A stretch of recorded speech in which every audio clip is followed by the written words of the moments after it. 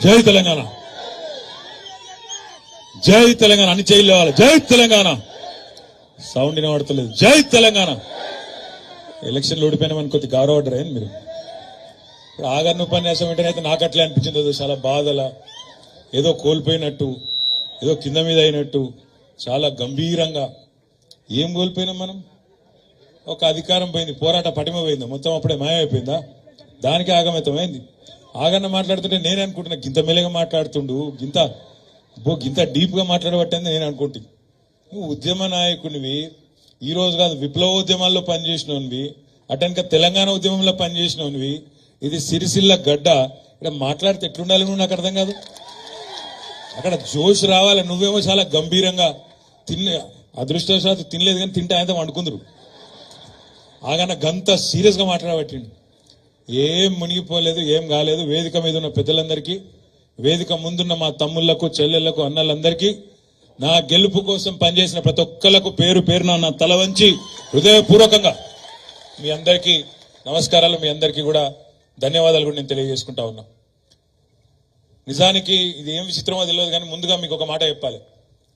నేను ఇక్కడ గెలిచి ఇప్పుడు సిరిసిల్లలో మీ అందరి దయతోని 15 ఏళ్ళ. 15 ఏళ్లతోని మరి 15 ఏళ్ల నుంచి ఏం జరుగుతుందో తెలియదు కానీ ఎలక్షన్ రాగానే ఒక పుకారు ఉడుతుంది. కేటీఆర్ అంటోడు ఇక్కడ ఉంటలేడ పీక్తుండట. నేను ఎక్కడికి పోతలేను, నేను మీ దగ్గరనే ఉంటా, రాజకీయాల్లో ఉన్న నాళ్ళు మీ దగ్గరనే ఉంటా, దయచేసి అనుమానం మనసులకెళ్ళి తీసేయండి. ప్రతిసారి నేను చెప్పుడు, ప్రతిసారి ఒక పేపర్ వాళ్ళు రాసుడు, నేను చెప్పుడు. నేను ఎక్కడికి పోతలేను, నేను ఇక్కడనే ఉంటా. బాధ్యత పెరిగింది కాబట్టి మంత్రిగా అక్కడిక్కడ తిరిగినా, ఇప్పుడు పార్టీ వర్కింగ్ ప్రెసిడెంట్ కాబట్టి అన్ని నియోజకవర్గాలు తిరగాలి కాబట్టి తిరుగుతున్నా.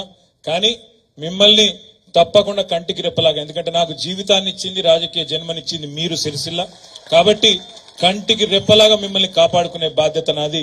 ఆ విషయంలో ఎవరు రాసినా ఎన్ని రాసినా దయచేసి పట్టించుకోకండి, దయచేసి నమ్మకండి.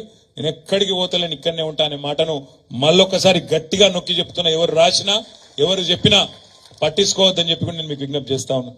సరే ఏమైంది? ఇంత ఆగమాగమై ఇంత గావరైతానికి ఏమైనా ఇబ్బంది అయిందా? ఉంటాయి. ఇప్పుడు మనకు గుర్తేంది కారు.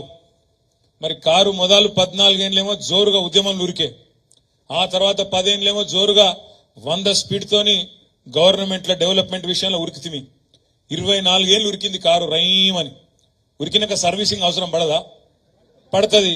ఇది అంతే, కొన్ని రోజులు సర్వీసింగ్ తప్ప ఏం కాలేదు. ఏమో పెద్ద భూమి ఆకాశం ఏదో కింద మీద అయినట్టు, ఆగమాగం అయిపోయినట్టు మనం ఏం బాధపడి బేజారయ్యే అవసరం అయితే ఎంత మాత్రం కూడా లేదు.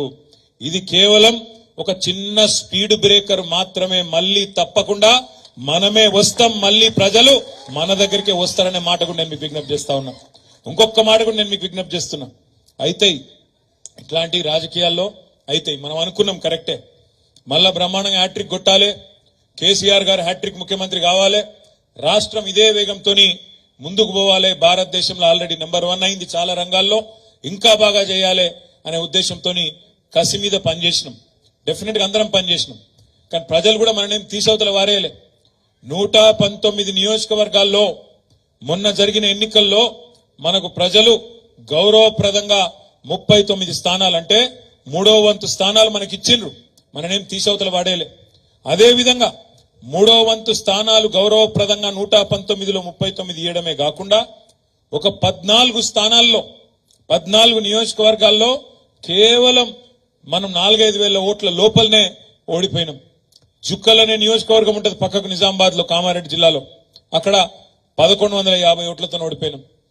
దేవరకద్రా అనే నియోజకవర్గం ఉంటది మహబూబ్ నగర్ జిల్లాలో, 1300 ఓట్లతో పోయినాం. 3000 ఓట్లతోని సిరిపూర్ కాగజ్ నగర్ పోయింది, 3000 ఓట్లతోని బోధన్ పోయింది, 4200 ఓట్లతోని ఖానాపూర్ పోయింది, 5000 ఓట్లతోని నాగర్ కర్నూలు ఇంకా 2 నియోజకవర్గాలు పోయినాయి, 6000 ఓట్లతోని కామారెడ్డి మరొక 2 నియోజకవర్గాలు పోయినాయి. 14 నియోజకవర్గాల్లో స్వల్ప తేడాతో 5-6 వేల ఓట్ల తేడాతోని 14 నియోజకవర్గాలు పోయినాయి. ఆ 14లో మనం సగం గెలిచినా ఇవాళ పరిస్థితి ఎట్లుంటుండేనో నాకంటే బాగా మీకే తెలుసు. హంగ్ అసెంబ్లీ వస్తుండే, ఇవాళ తప్పకుండా పరిస్థితి వేరే ఉంటుండే. ఇదంతా నేను ఎందుకు చెప్తున్నా అంటే మనం ఓవరాల్ గా చూసుకుంటే కూడా, రాష్ట్రం మొత్తం చూసుకుంటే కూడా మనకు వాళ్ళకు ఫరక్ ఏం పెద్దగా లేదు. కాంగ్రెస్ కు వచ్చింది 8% ఓటు, మనకొచ్చింది 37% ఓటు. అంటే ఫరక్ కేవలం 1.8% మాత్రమే. అది కూడా మొత్తం పోలైన ఓట్లలో చూసుకుంటే మొత్తం 3,17,00,000 ఓట్లు మొత్తం ఉన్నాయి. అందులో 70% పోలైనట్టున్నాయి. ఆ పోలైన ఓట్లలో చూసుకుంటే ఫరకు కేవలం 1.8% మాత్రమే. అంటే మొత్తం కలిపితే కూడా రాష్ట్రం మొత్తం 4 కోట్ల జనాభా ఉండే రాష్ట్రంలో ఇద్దరి మధ్యన ఫరక్ ఎంత అంటే 4 లక్షల ఓట్లు మాత్రమే. అంటే మనం ఏదో పెద్ద తేడాతో నోడిపోయి తీసవతల వారేసి మనం ప్రజలు అట్లేం జరగలేదు. కేవలం స్వల్ప తేడాతో నోటిపోయినాం తప్ప ఇంకోటి కానే కాదు. కాబట్టి దీనికేదో బేజారైపోయి ఆగమాగం అయిపోయే అవసరం ఎంత మాత్రం లేదనే మాట నేను మీ అందరు కూడా హృదయపూర్వకంగా విజ్ఞప్తి చేస్తున్నా. దయచేసి ఎవరన్నా ఇంకా కూడా నిరాశగా ఉన్నా, నిస్పృహలో ఉన్నా, అయ్యో గిట్లెట్లాయే అనే పరిస్థితి ఉన్నా అందులోకెళ్ళి బయటికి రమ్మని కోరుతా ఉన్నా. ఇంకొక మాట కూడా నేను మీకు విజ్ఞప్తి చేస్తా ఉన్నా. ఇక కాంగ్రెస్ వాళ్ళు కూడా నిజానికైతే నమ్మలే, వాళ్ళ అధికారంలోకి వస్తామని వాళ్ళు కూడా అనుకోలే. కాబట్టి ఏం చేసిండ్రు, నోటికి ఎంత వస్తే అంత చెప్పుకుంటూ పోయిండ్రు. ఎంత వస్తే గంత ఏమేం చెప్పిండ్రు ఒకసారి యాద తెచ్చుకోరు. మీరు ఏమన్నారు రైతులకు? మీరు ఆగుండ్రి, కేసీఆర్ అనుకుంటాండు 1,00,000 రూపాయలు రుణమాఫీ చేసింది కాబట్టి గెలిచిపోతా అనుకుంటాండు కేసీఆర్. నేను 2 లక్షలు రుణమాఫీ చేస్తా, రైతులు ఎవరన్నా నిన్న రుణమాఫీ అయిపోయిన ఉంటే తెల్లారే బ్యాంకు కోన్రి 2 లక్షలు తెచ్చుకోన్రి, నేను చేస్తా రుణమాఫీ December 9 నాడు అని రేవంత్ రెడ్డి గారు ఆనాడు పిసిసి అధ్యక్షుడిగా చెప్పినారు. అది మాత్రమే కాదు, మీరు అమ్ముకోకుండ్రి ధాన్యం, కింటాల్కు 500 బోనస్ ఇచ్చి నేను కొంటా డిసెంబర్ తర్వాత అని చెప్పిండు. అదే విధంగా ఆడబిడ్డలకు చెప్పిండు. ఏమన్నాడు, ఇవాళ 2,000 పెన్షన్ వస్తున్నది, రేపు 4,000 పెన్షన్ ఇస్తా డిసెంబర్ నుంచి వచ్చే నెల నుంచి అన్నాడు. అదే విధంగా ఇంకొక మాట కూడా చెప్పిండ్రు వాళ్ళు. ఇప్పుడు కేసీఆర్ ఇచ్చే రైతు బంధు తీసుకుంటే 10,000, డిసెంబర్ తర్వాత నేను ఇచ్చేది 15,000 వస్తుంది మీ ఖాతాలల్లా అని చెప్పిండ్రు. ఇక ఆడబిడ్డలకేమో బస్సు ఫ్రీ, బంగారం ఫ్రీ, ఇది ఫ్రీ, అది ఫ్రీ అని చెప్పి మొత్తం 420 హామీలు. 6 గ్యారంటీలు కాదు, మనోళ్ళు తెలిసి తెలియక మాట్లాడుతున్నారు ఆడిడ 6 గ్యారంటీలు అని. వాళ్ళు ఇచ్చిన 6 గ్యారంటీలేమో 100 రోజులలో చేస్తామని, మిగతా 414 హామీలు, 420 హామీలు, 420 హామీలు ఏవైతే కాంగ్రెస్ పార్టీ ఇచ్చిందో నేను నిలబెడతా చేస్తా అని చెప్పి 420 హామీలు. రైతు డిక్లరేషన్ అని, యూత్ డిక్లరేషన్ అని, మైనారిటీ డిక్లరేషన్ అని, ఎస్సీ డిక్లరేషన్ అని, ఎస్టీ డిక్లరేషన్ అని, బీసీ డిక్లరేషన్ అని, యువజన డిక్లరేషన్ అని, డిక్లరేషన్ల మీద డిక్లరేషన్లు చేసి మేనిఫెస్టో పెట్టి 420 హామీలు ఇచ్చి ఇవాళ 1.8% తో గెలిచిండ్రు వాళ్ళు. నేను మీ అందరిని ప్రార్థించేది ఒకటే, మనం చేసిన పని ప్రజల అనుభవంలో ఉంది. నాకంటే బాగా మీకే తెలుసు, ఎందుకంటే జనంలో ఉండేది మీరు, తెల్లారు లేస్తే ప్రజలతో మాట్లాడేది మీరు. 50 రోజులైంది నిన్నటి కరెక్ట్ గా కాంగ్రెస్ పార్టీ అధికారంలోకి వచ్చి. ఈ 50 రోజులలో గ్రామాలలో రైతులు ఏమంటున్నారో, గ్రామాలలో ప్రజలేమంటున్నారో నాకంటే బాగా మీకే ఎరుక. ఏమంటున్నారు ఇవాళ కరెంటు ఓంగనే 1 గంట 2 గంటలు ఏమంటారు ప్రజలు? చూసినావా, కేసీఆర్ చెప్పిందే నిజమైంది. కాంగ్రెస్ ఉంటే కరెంట్ ఉండదని కేసీఆర్ ముందే చెప్పిండు, ఆయన చెప్పినట్టే అయితాంది, చెప్పినట్టు వినకపోతే మీ అనే బాధ ఇలా రైతులు పడతాను. ఫోన్లు చూసుకుంటాను పాపం తెల్లారు లేచి, నీకు పడ్డదా అంటే రైతు బంధు నీకు పడ్డదా, నీకు పడ్డదా అంటే నీకు పడ్డదా. ఈ రోజు వరకు కూడా 2.5 ఎకరాల కంటే ఎక్కువ రైతు బంధు పడలేదు ఇయాలటికి కూడా. ఆ రోజేమో ముఖ్యమంత్రి, ఇప్పుడున్న ముఖ్యమంత్రి ఆనాటి పిసిసి అధ్యక్షుడు రేవంత్ రెడ్డి గారు ఆ రోజు అన్నాడు, కేసీఆర్ బిచ్చమేసినట్టు ఎత్తాడు, రైతు బంధు 10,000 నేనిస్తా 15,000 మీకు అని ఆ రోజు నరికిండు. ఇవాళ ఇప్పటి వరకు నాట్లు పడ్డాయి, ఎక్కడోళ్ళు అక్కడ రైతులు ఒకళ్ళ మొగాలు ఒకళ్ళు చూసుకుంటారు, నీకు పడ్డాదిరా అంటే నీకు పడ్డాదిరా. ఇవాళ పరిస్థితి ఏంది? కేసీఆర్ ఉన్నప్పుడేమో రైతు బంధు ఒకటే వారం రోజుల లోపల 70 లక్షల మంది రైతుల ఖాతాల్లో 7,500 కోట్లు ఒక వారం రోజులు వస్తుండే. ఇలా ఉన్నదా పరిస్థితి? ఒకళ్ళ ముఖాలు ఒకళ్ళు చూసుకొని రైతులు అనుకుంటారు కేసీఆర్ చెప్పింది వాజిబే ఉండే, మనం నమ్మి మోసపోయినాం, ఆగమైనమనే మాట రైతుల్లో ఉన్న మాట వాస్తవం అయితే గట్టిగా చప్పట్లతో మీరు చెప్పాలని చెప్పి నేను కోరుతా ఉన్నా. ఒక రైతులే కాదు ఇవాళ, ఒక రైతులే కాదు, మార్పు కావాలని చెప్పి ఓటేసిన వాళ్ళందరూ నెత్తినోరు కొట్టుకుంటాను. ఇవాళ నేను నిన్న హైదరాబాద్ లో ఒక మీటింగ్ పోయిన, జూబ్లీహిల్స్ లో మీటింగ్ పోతే ఆడ కొద్దిగా ట్రాఫిక్ జామ్ అయితే ఆయన బయటకు వచ్చి ఆటో ఎక్కి తెలంగాణ భవన్ పోయినా, మన పార్టీ ఆఫీస్ పోయేటప్పుడు ఆ తమ్ముడి పేరు శాతం రమేష్. ఆటో డ్రైవర్ పేరు మాట్లాడుకుంటూ ముచ్చట పెట్టుకుంటూ పోయినా ఏం సంగతి అని. ఏం రమేష్ అన్న మరి ఏం సంగతి అంటే ఏం చెప్పమంటావే, ఆలేరు నియోజకవర్గం బతుకు తెరువు కోసం హైదరాబాద్కి వచ్చిన మూటకొండూరు అనేది మా ఊరాడ, నాకు 2 పిల్లలు, నాచారం కాడు ఉంటా, 25 ఏళ్ళకెళ్ళి నడుపుతున్న ఆటో. మరి ఇవాళ నా పరిస్థితి మార్పు అని ఆయనతో మా కొంపనే ఉచ్చుకున్నారు వీళ్ళందరూ కలిసి. మాకు ఇవాళ 6.5 లక్షల మంది ఆటోలు నడుపుకునే అన్నలు తమ్ముళ్ళు మేమందరం రోడ్డు మీద పడే పరిస్థితి వచ్చింది. ఇదివరకు రోజుకు 1000-1500 సంపాదించుకుంటుంటే ఇవాళ నాకు రోజుకు 500-600 కూడా వస్తలేదు. ఈఎంఐ ఎట్లా కట్టాలి, ఇల్లు కిరాయి ఎట్లా కట్టాలి, పిల్లల ఫీజులు ఎట్లా కట్టాలి తెలియక గౌరవనీయులు పెద్దలు వినోద్ కుమార్ గారికి ఈసారి చప్పట్లతో అందరం కూడా స్వాగతం పలుకుదాం. మన కాబోయే కరీంనగర్ ఎంపీ గారికి గట్టిగా చప్పట్లు కొట్టాలి దయచేసి. రండి వినోద్ ఇక్కడ రండి. అయితే ఆ తమ్ముడు అన్నాడు రమేష్ అన్నా, మరి ఫీజులు, ఇల్లు కిరాయ, ఆటో ఈఎంఐ ఈ అన్నిటి మీదకెళ్ళి మళ్ళా ఆ డీజిల్ రేట్లు పెంచిండు మోడీ గారు, అన్నింటిని తట్టుకొని ఎట్లా బతకాలనో అర్థమైతే లేదన్నా, ఈ ఫ్రీ బస్ వచ్చినాక ఆగమైపోయినామన్నాడు. ఫ్రీ బస్సు పట్ల నాకేం ఇబ్బంది లేదు, మంచిదే ఫ్రీ బస్సు. కానీ ఇవాళ ఏం జరుగుతున్నదో ఫ్రీ బస్సు వల్ల ఒక్కసారి మీరు చూడాలని చెప్పి నేను కోరుతున్నా. కళలో కూడా అనుకోలే ఎన్నాడు అట్లాంటి దృశ్యాలు చూస్తామని.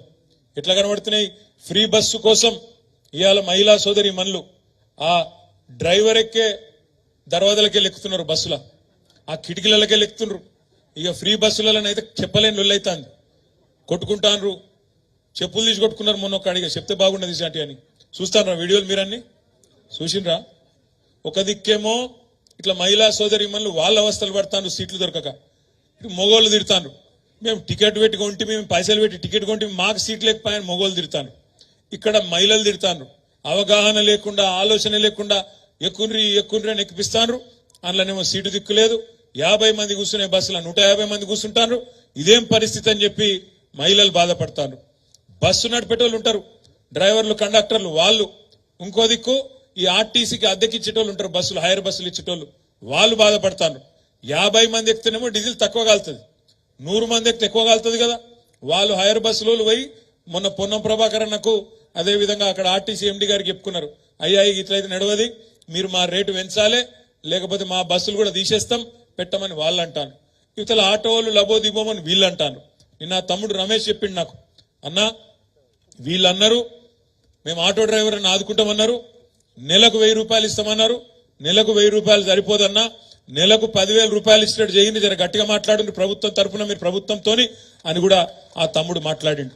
సరే 10,000 ఇస్తారా, 5,000 ఇస్తారా, ఎన్ని ఇస్తారో ఈ ప్రభుత్వాన్ని నేను రిక్వెస్ట్ చేస్తా ఉన్నా, డిమాండ్ చేస్తా ఉన్నా. మీరు ఆ మహిళా సోదరి మనుల కోసం పెట్టిన బస్సును స్వాగతిస్తున్నాం, తప్పు లేదు, కానీ బస్సుల సంఖ్య కూడా పెంచండి, మహిళలకు కూడా ఇబ్బంది పెట్టకండి, డ్రైవర్లు కండక్టర్లను కూడా ఇబ్బంది పెట్టకండి. ఓ దిక్కు బస్సులు పెంచండి, మరో దిక్కు రోడ్డు మీద పడుతున్న రెక్కాడితే గాని డొక్కాడని మా ఆటో అన్నలను తమ్ముళ్లను కూడా కాపాడండి అని చెప్పి కూడా మీరిచ్చిన మాట ప్రకారం నిలబెట్టుకోండి అని చెప్పి కూడా నేను ఈ ప్రభుత్వానికి డిమాండ్ చేస్తా ఉన్నా. నేను ఇంకొక మాట కూడా అడుగుతా ఉన్నా ఈ ప్రభుత్వాన్ని, ఏదైనా పని చేస్తే దాని ఇంకొక ప్రణాళిక ఉండాలి, ఒక వ్యూహం ఉండాలి. ఎటువంటి ఏదో ఆగమాగం పెడితే కాదు. ఇవాళ ఈ ఒక్క పథకంతోని మేమేదో అమలు చేసినాం, 6 గ్యారంటీలలో ఒక గ్యారంటీ అంటారు, కానీ ఒక్క గ్యారంటీ కూడా నిజానికి మొత్తం అమలు చేయలే. 6 గ్యారంటీలలోనే 13 హామీలు ఉన్నాయి, 13 హామీలు ఉన్నాయి. మహిళలకు ఇచ్చిన మాట మహాలక్ష్మి అన్నారు, మహాలక్ష్మిలో 3 ఉన్నాయి. 6 గ్యారంటీలల్లా మొత్తం 13, ఒక్క మహిళలకు ఇచ్చిన దానిలో 3. మహాలక్ష్మిల నెలకు ప్రతి మహిళకు ఎంత ఇస్తా అన్నారు? 2,500 ఇస్తా అన్నారు. 500 రూపాయలకే సిలిండర్ ఇస్తా అన్నారు. 3వది ఫ్రీ బస్ అన్నారు. అట్లా మొత్తం 6 గ్యారంటీలల్లా 13 హామీలు ఉన్నాయి. ఇవాళ నేను గౌరవ ముఖ్యమంత్రి గారిని, ప్రభుత్వాన్ని డిమాండ్ చేస్తా ఉన్నా ఈ వేదిక ద్వారా, మీకు మేము టైం ఇవ్వాలి, మాకు ఎరికే, మాకు కూడా తెలుసు. మాకు మా నాయకుడు కేసీఆర్ గారు చెప్పినారు, ఈ ప్రభుత్వం కొత్త ప్రభుత్వం, మనం కూడా టైం ఇవ్వాలి, 100 రోజులు ఓపిక పట్టాలి, తొందర పడద్దు. వాళ్ళు కూడా కొత్తగా వచ్చిన వాళ్ళు కుర్చీ చదువుకోవాలి, అన్ని చూసుకోవాలి, చూసుకున్నాకనే మరి కొత్త సంసారం కాబట్టి టైం ఇవ్వాలని చెప్పిండు. మేము అట్లే ఉన్నాం. మన పార్టీ ఓడిపోయిన నాడు డిసెంబర్ 3 నాడు మన ప్రభుత్వం మరి దిగిపోవాల్సి వచ్చిన నాడు కూడా నేను ప్రెస్కు మాట్లాడిన, ఆ రోజు నేనే చెప్పిన, నిర్మాణాత్మకమైన ప్రతిపక్షంగా ఉంటామని చెప్పిన. ఖచ్చితంగా ఈ ప్రభుత్వానికి సహకరిస్తాం, మాకు తెలంగాణ ముఖ్యం, తెలంగాణ ప్రయోజనాలు ముఖ్యం కాబట్టి తప్పకుండా ప్రజల పక్షాన నిలబడతాం. నిన్న మొన్నటి దాకా ప్రజలు మాకు 2 సార్లు అధికారం ఇచ్చినారు, వాళ్లకు సర్వదా రుణపడి ఉంటాం, ఎప్పటికీ రుణపడి ఉంటాం. 2 సార్లు అవకాశం ఇచ్చిండ్రు, దానికి ధన్యవాదాలు. ఈరోజు కొత్త పాత్ర ఇచ్చిండ్రు, మాకు ప్రతిపక్ష పాత్ర ఇచ్చిండ్రు, దానిలో కూడా రాణిస్తాం, దానిలో కూడా పనిచేస్తాం, ఏం నిరాశ పడతలేమని చెప్పి కూడా నేను ఆ రోజు చెప్పిన. కానీ ఏం జరిగింది, మనం అసెంబ్లీకి పోయినాం, 3 రోజులైనాక అసెంబ్లీ పెట్టిను. మేము నిజానికి చాలా మర్యాదగా ఉండాలి అని చెప్పి స్పీకర్ గారు ఎలక్షన్ అని పిలిస్తే పోయి సంతకాలు కూడా పెట్టినాం. స్పీకర్ ఎన్నిక ఏకగ్రీవం చేయాలని చెప్పి మన పార్టీ నాయకులు, మన అధ్యక్షులు కేసీఆర్ గారు చెప్తే మన ఎమ్మెల్యేలు అందరినీ తీసుకొని పోయి ఒక 10 మందిని మేము కూడా సంతకాలు పెట్టి కాంగ్రెస్ పార్టీ అభ్యర్థి స్పీకర్ కావడానికి, ఏకగ్రీవంగా కావడానికి కూడా సహకరించడం, ఆ ఇంగితం మాకుంది. తెల్లారి అసెంబ్లీ పెట్టిను, మీరు పెట్టంగానే అందులో గవర్నర్ గారి ప్రసంగం పెట్టిండ్రు. ఇక గవర్నర్ గారి ప్రసంగం అయితే దారుణం. ఒక కాంగ్రెస్ కార్యకర్త గల్లీలో మాట్లాడిన దానికంటే హీనంగా ఉండే ఆ ప్రసంగం. నోటికొచ్చిన మాటలు. 10 ఏళ్లు కేసీఆర్ మొత్తం ఖరాబ్ చేసిండు, తెలంగాణను నాశనం బట్టి ఇచ్చిండు, అప్పుల పాలు చేసిండు, రాష్ట్రం దివాలా తీసిండు అని దివాలాకోరు మాటలు మాట్లాడితే ఆ రోజు కడుపు మండి అసెంబ్లీలో మీ బిడ్డగా సిరిసిల్ల ప్రజాప్రతినిధిగా అసెంబ్లీలో ఆ రోజు ప్రభుత్వానికి చెప్పిన, నేను 10 ఏళ్లలో ఏం జరిగిందో చెప్పిన. ఆ తర్వాత తెల్లారి ఇంకొక ఆర్థిక శాఖ మీద శ్వేతపత్రం అని పెడితే హరీష్ రావు గారు మాట్లాడింది. తర్వాత విద్యుత్ శాఖ మీద పెడితే మన జగదీష్ రెడ్డి గారు మాట్లాడింది. 3 రోజులు అసెంబ్లీ నడిస్తే 3 రోజులు మన పార్టీ తరఫున మనం కూడా సమాధానం చెప్పినాం. మంచిగానే సమాధానం చెప్పినామా? మంచిగానే చెప్పినామా లేదా? పెట్టినాం. మరి మీరు ఒక్కసారి ఆలోచించుండ్రి, కేసీఆర్ గారు పంపిన 3 సైనికులే గట్ల మాట్లాడితే కేసీఆర్ వస్తే ఎట్లుంటుందో ఒక్కసారి ఆలోచన చేయండి అసెంబ్లీకి. ఎందుకు చెప్తున్నా అంటే, పాపం ముఖ్యమంత్రి గారు బాధ చెప్పుకుంటాడు మొన్న ఏదో ఇంటర్వ్యూలో, టీవీ ఇంటర్వ్యూలో. అరే నేను కొత్తగా వచ్చినా కూర్చున్నా, ఇక కుర్చీ చదువుకోలేదు చక్కగా, కుర్చీ అటు ఇటు చూసే లోపలనే బావబామర్దులు ఇద్దరు వచ్చి అటోషే ఇటోషే వాయిస్తాండ్రు అని చెప్పుకుంటాడు పాపం బాధ. మరి మాతోనే గిట్లుంటే నీకు రేపు మా నాయకుడు కేసీఆర్ రంగంలో దిగితే ఎట్లుంటదో ఈ ప్రభుత్వానికి ఒక్కసారి ఆలోచించుకోమని చెప్పి నేను కోరుతా ఉన్నా. ఎందుకంటే కేసీఆర్ గారు నిజంగా కూడా నేను చెప్తున్నా, రూలింగ్ లో కంటే గవర్నమెంట్ల కంటే ఆపోజిషన్ లోనే కేసీఆర్ చాలా డేంజరస్. ఎందుకంటే అద్భుతంగా చీల్చి చెండాడడంలో, ప్రజల పక్షాన గొంతు విప్పడంలో, ప్రజల పక్షాన ప్రశ్నించడంలో కేసీఆర్ కంటే పదునైన గొంతు బహుశా భారతదేశంలోనే ఎక్కడా లేదు. ఇవాళ ఈయన మాట్లాడుతాడు ముఖ్యమంత్రి, 100 మీటర్ల కింద దొక్కుతాడు బీఆర్ఎస్ ను. ఒక ఆయననేమో 100 మీటర్ల కింద దొక్కుతా అంటుండు రేవంత్ రెడ్డి. ఇంకొక ఆయనేమో ఇక్కడ మన ఎంపీ ఉన్నాడు కరీంనగర్, బండి సంజయ్, కుల్లా చెప్తుండ ఆయన, మనం కొట్లాడుకుంటూ కాదు, కాంగ్రెస్ బీజేపీ కొట్లాడుకుంటూ కాదు, బీఆర్ఎస్ గింతంత మిగిలిందిగా, ఆయనతో బీఆర్ఎస్ ను ఖతం చేయాలి, మనం కొట్లాడుకోవద్దు, మనం కలిసి ఉండాలి అని బండి సంజయ్ కుల్లా మాట్లాడుతుండ్రు. చూసిరా లేదా? మీరు చూసిరా లేదా? భోజనం ఉన్నది కొద్ది గట్టిగా తెలుసు, మీరు భోజనం టైం అయింది నాకు ఎరికే, అందుకే ముందు మాట్లాడుతున్నా, తర్వాత మిగతా సోదరులు మాట్లాడతారు. నేను ఎందుకంటున్నా అంటే, ఇంత ఓపెన్ గా ఇంత బాహాటంగా మనం కలిసే ఉందాం అని బండి సంజయ్ ఒక దిక్కు, ఈయననేమో 100 మీటర్ల లోపల బొంద పెడతా అంటుండు. ఆయన 3 మీటర్లు కూడా లేడు, ఆయన అనట మనం 100 మీటర్ల లోపల బొంద పెడతాడట. ఆయన 3 ఫీట్లు కూడా లేడు ఆయన అనట 100 మీటర్ల లోపల బొంద పెడతాడట. నేను రేవంత్ రెడ్డి గారికి ఒకటే చెప్తున్నా, రేవంత్ రెడ్డి గారు ఈ పిచ్చి మాటలు, ఈ ప్రగల్భాలు నీకంటే ముందు మీ గురువర్యులు మాట్లాడిండు. వాళ్ళ గురువర్యుల పేర్లు ఎందుకు తీగాని, నీ గురువు మాట్లాడిండు, ఇంతకంటే ముందు ఉన్న పెద్ద పెద్ద తీస్మార్కాన్లు మాట్లాడిండు. నీకంటే ముందు కేసీఆర్ ను తొక్కుతాం, బొంద పెడతాం, ఈ గులాబీ జెండా కనబడకుండా చేస్తాం అని చాలా పెద్ద పెద్ద తీస్మార్కాన్లు మాట్లాడినరు. ఆ తీస్మార్కాన్లతోనే కాలేదు, నీలాంటి బుడ్డరకాంతో ఏమవుతుంది అనే మాట నేను ఈ సందర్భంగా విజ్ఞప్తి చేస్తా ఉన్నా. నీ అసొంటోళ్ళు మస్తుగా వస్తారు పోతారు, కాలం కలిసి వస్తే వానపాములు కూడా నాగుపాములై బుసలు కొడతాయి. కాలం కలిసి వచ్చింది, తాంత గారెల బుట్ల పడ్డట్టు పడ్డావు. ఇలా ప్రజలకు తెలుసు నువ్వు ప్రజలు ఎన్నుకున్న ముఖ్యమంత్రి కాదు. ఢిల్లీ ద్వారా మేనేజ్మెంట్ కోటాలో ఢిల్లీని మేనేజ్ చేసుకొని మాణిక్యం ఠాగూర్ కు 50 కోట్లు ఇచ్చి వీని చెవుల ఊది వాని చెవుల ఊది నలుగురు నువ్వు పోగేసుకొని ఢిల్లీకి వెళ్ళి ఆడికెళ్ళి మేనేజ్మెంట్ తీసుకొని తెచ్చుకున్న పదవి తప్ప ప్రజలందరూ కలిసి కూడబలుకొని నిన్నేం ఎన్నుకోలేదు. ముమ్మాటికి ఎన్నటికీ నువ్వు కేసీఆర్ గారి కాలు గోరుకు కూడా సరిపోవు రేవంత్ రెడ్డి అని నేను మాట నేను విజ్ఞప్తి చేస్తా ఉన్నా. ఇది నేనేదో వేరే ఉద్దేశంతో చెప్తలేను, ఒకటే మాట గుర్తుపెట్టుకోండి. ఇవాళ నిజంగా కూడా కేసీఆర్ అనే నాయకుడు లేకపోతే, ఈ గులాబీ జెండా లేకపోతే తెలంగాణ ఎక్కడిది? ఆ తెలంగాణ రాష్ట్రానికి వచ్చే ఈ పదవులు, ముఖ్యమంత్రి ఉప ముఖ్యమంత్రి పదవులు ఎక్కడి? ఆలోచించుకో రేవంత్ రెడ్డి గారు మాట్లాడే ముందు అనే మాట నేను విజ్ఞప్తి చేస్తా ఉన్నా. ఇంకొక మాట కూడా మీ అందరికి నేను విజ్ఞప్తి చేస్తున్నా. ఈ 420 హామీలు మీ అందరికీ మంచిగా కాపీలని పంపిస్తా. 420 హామీలు ఏవైతున్నాయో కాంగ్రెస్ ఇచ్చిన హామీలు చూడండి. మీరు యువతకు చెప్పిండ్రు, తెలంగాణ యువతకు నెలకు 4,000 రూపాయలు ఇస్తామన్నారు నిరుద్యోగ భృతి. ఇలా తప్పించుకునే ప్రయత్నం చేస్తున్నారు. తప్పించుకోనియద్దు. యువత తరపున మనం అడగాలి. 100 రోజుల్లో ఇస్తామన్నారు, ఏడవైంది అని అడగాలి. మా ఆడబిడ్డలు ఇలా ఎదురు చూస్తున్నారు. మహాలక్ష్మి 1,57,00,000 మంది ఆడబిడ్డలు ఎదురు చూస్తాండ్రు. ఎందుకు? 18 ఏళ్లు నిండిన ఆడబిడ్డలందరూ నెలకు 2,500 రూపాయలు ఎప్పుడొస్తాయి మా ఖాతాల్లో అని ఎదురు చూస్తా ఉన్నారు. కానీ రేవంత్ రెడ్డి గారు ఏం చేస్తున్నారు? ప్రభుత్వం ఏం చేస్తున్నది? వాళ్ళు ఒకటే ఎజెండా పెట్టుకున్నారు. రోజొక్క కొత్త కథ పుట్టియాలి. మీడియాలో రోజొక్క కొత్త కథ పుట్టియాలి. మేడిగడ్డలో అవినీతి, ఇక్కడ అవినీతి, అక్కడ అవినీతి. అధికారం మొత్తం నీ చేతుల్లోనే ఉంది కదా. ఎక్కడ అవినీతి ఉందో మేము వద్దంటలేం కదా. మేమే డిమాండ్ చేసినాం అసెంబ్లీలో. అవినీతి జరిగిందంటున్నావు కదా, ఎంక్వైరీ ఏయి, తప్పు ఎవరు చేసినారో చర్య తీసుకో దమ్ముంటే అని చెప్పి మనమే డిమాండ్ చేసినాం. ఆ విషయంలో వెనుకకు పోము, పక్కా వెనుకకు పోము. ఎక్కడ అవినీతి ఉంటే అక్కడ చర్య తీసుకో, మాకు అభ్యంతరం లేదు. కానీ తప్పించుకునే ప్రయత్నం చేస్తే మాత్రం వదిలిపెట్టం. ప్రజల తరపున అడుగుతూనే ఉంటాం. రేపు మళ్ళా ఏప్రిల్ మీరు పార్లమెంట్ ఎన్నికకు పోయే నాటికి వరి కోతలు అవుతాయి. తప్పకుండా వరి కోతలు అవుతాయి. వరి కోతలు అయినప్పుడు రైతులు అడుగుతారు, మొదటిసారి అంటే ఇడిచిపెట్టినాం, క్వింటాల్కు 500 బోనస్ అన్నావు, ఏది ఎక్కడ వాయే అని తప్పకుండా అడుగుతారు.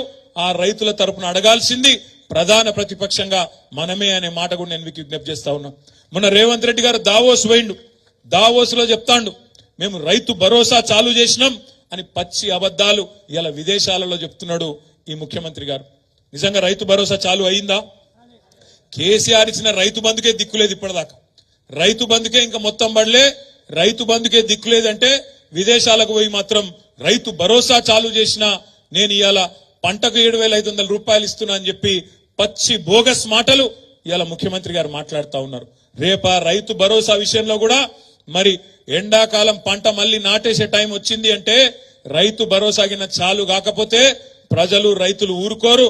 ఆ రోజు పంట కోతల టైంకు బోగస్సు ఈ బోనస్ ఇయ్యక మళ్ళీ బోగస్ మాటలు చెప్తే తప్పకుండా నీ పార్టీని ఊచకోతకు వస్తారు రైతులు అనే మాట కూడా ఈ సందర్భంగా నేను మీకు విజ్ఞప్తి చేస్తా ఉన్నా. ఎందుకంటే రైతులకు కూడా తెలుసు కొద్దిగా ఓపిక పట్టాలి కాబట్టి ఓపిక పడతాను. ఇప్పుడిప్పుడే వచ్చిండు కదా, మీరు కూడా ఎగిరిత పడకుండా బిడ్డ, తొందర పడకుండా అంటారు. మేమేం తిడతలేము, ఎగిరిత పడతలేం, విమర్శ చేస్తలేం, యాద్ చేస్తున్నాం. 100 రోజులలో చేస్తా, డిసెంబర్ 9 నాడు మొదటి సంతకం పెడతా, 2 లక్షల రుణమాఫీ చేస్తా అని మేం చెప్పలే, మీరే చెప్పినరు. చెప్పిన దాన్ని మీకు యాద్ చేస్తున్నాం, వేరే మాట మాట్లాడతలేం.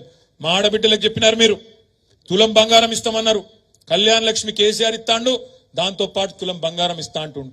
మొన్న శ్రీధర్ బాబు గారు ఇక్కడ మంత్రిల కళ్యాణ లక్ష్మి చెక్కులు ఇచ్చిండు. ఏమాయా తులం బంగారం శ్రీధర్ బాబు గారు అంటే మెమ్మెమ్మే బెబ్బెబ్బే ఇప్పటిదాకా లేదు. మరి ఇస్తారా ఇయ్యరా చూడాలిగా. తులం బంగారం ఇస్తారా ఇయ్యరా, 7 వస్తాయి, మనం చూడాలి. ఏం చేస్తారో కూడా తప్పకుండా చూడాలి. ఇంకొక మాట కూడా నేను మీకు విజ్ఞప్తి చేస్తా ఉన్నా. ఇవాళ ఈ ప్రభుత్వం నిజంగా కూడా ఎట్లుందంటే ఎట్లన్నా చేసి తప్పించుకోవాలి.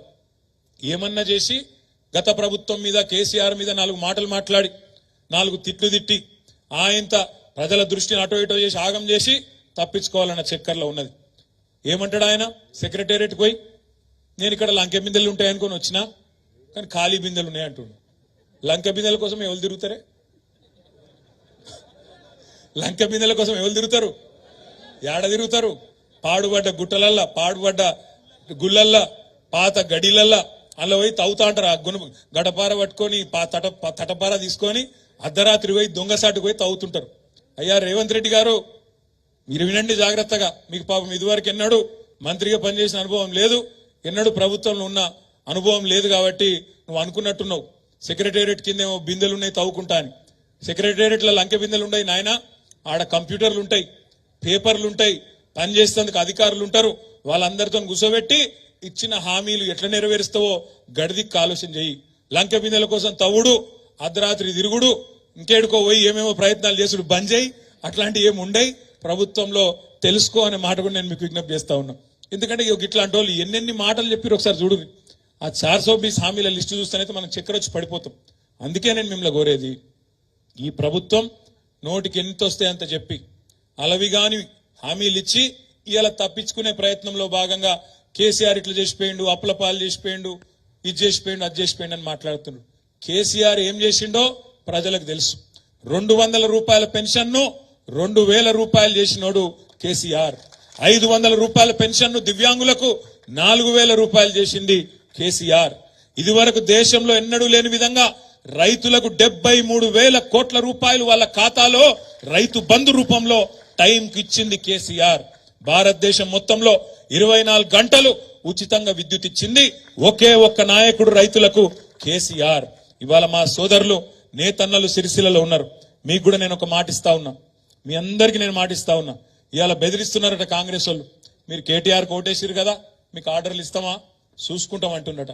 నేను కూడా మీకు మాట ఇస్తున్నా, అవసరమైతే సిరిసిల్ల ప్రజల ప్రతినిధిగా, సిరిసిల్ల ప్రజా ప్రతినిధిగా మొత్తం 39 మంది ఎమ్మెల్యేలు అవసరమైతే రాష్ట్ర ప్రభుత్వాన్ని దిగ్బంధం చేస్తాం, నిర్బంధిస్తాం, వాళ్ళని సవాల్ చేసి తప్పకుండా సిరిసిల్లలో నేతన్న ప్రతి నేతన్నను కాపాడుకుంటాం. మీరెవ్వరికి కూడా భయపడవలసిన అవసరం లేదు. అక్కడేదో కొత్తగా ప్రభుత్వంలోకి వచ్చినంత మాత్రాన మేమేదో రాజులం, జాగీర్దారులం, మేమేదో పెద్దవాళ్ళం, సుల్తాన్లం అనుకుంటే నడవది. ప్రజల కోసం నడవాలి తప్ప, ప్రజల కోసం ప్రభుత్వం పనిచేయాలి తప్ప మేం పగబడతాం, ఓటేయకపోతే ఊకోము అనే లైన్లో బెదిరిస్తే ఎవరు బెదిరిపోవాల్సిన అవసరం లేదు. అక్కడక్కడ సరే బెదిరిపోయేటోళ్ళు కూడా కొంతమంది ఉంటారు. అధికారం పోయి 50 రోజులు కాలే, అక్కడ ఇక్కడ కొంతమంది నాయకులు తత్తరపడుతున్నారు. ఓ సర్పంచులు ఒకరిద్దరు అక్కడ ఇక్కడ ఆగమాగం అవుతాను. నేను మీ అందరికి ఒక మాట ఇస్తున్నా, మీ అందరికీ ఒక మాట ఇస్తా ఉన్నా. చెరువు నిండినాక కప్పలు మస్తుకు వస్తాయి, కానీ ప్రతిపక్షంలో ఉన్న నాడు ఈ రోజు ఇక్కడ కూర్చున్న మీరే నిజమైన నాయకులు, నిజమైన కార్యకర్తలు అనే మాట నేను మీకు విజ్ఞప్తి చేస్తా ఉన్నా. మీకు ఇంకొక మాట కూడా ఇస్తున్నా. నేను ఇండ్లకెళ్లే ఇలా ఒక్క నాయకుడు పోతే భయపడేది లేదు. ఒక సర్పంచో, ఒక ఎంపీటీసో, ఒక కౌన్సిలరో కాంగ్రెస్ వాళ్ళ ప్రలోభాలకో, బీజేపీ వాళ్ళ భయాలకో పోతే భయపడకండి, బెదిరిపోకండి. ఎవ్వరు లేని నాడే తెలంగాణ తెచ్చింది ఈ గులాబీ జెండా అనే మాట మర్చిపోకండి. పెద్ద పెద్దోళ్లను తట్టుకొని, పెద్ద పెద్ద ఆకుసిపాయలను తట్టుకొనే ఈ గులాబీ జెండానే తెలంగాణను తీసుకొచ్చిన పార్టీ. ఒక్క నాయకుడు పోతే 10 మంది కొత్త వాళ్ళను, అద్భుతమైన నాయకులను తయారు చేసుకుందాం. తయారు చేసే బాధ్యత నేను తీసుకుంటా అని చెప్పి కూడా మీకు విజ్ఞప్తి చేస్తా ఉన్నా. ఇంకా ఈ 5 ఏళ్లు వేరే పనేం లేదు. ఈ 5 ఏళ్లు మనకు మంత్రి పదవి లేదు, ప్రభుత్వంలో లేం కాబట్టి వేరే పనేమి లేదు. పార్టీ పటిష్టత కోసం పనిచేద్దాం. పార్టీని క్షేత్రస్థాయి నుంచి నిర్మాణం చేసుకుందాం. ఎస్, ఆగన్ ఒక్కడే ఉన్నాడు జిల్లా పార్టీ ప్రెసిడెంట్ గా.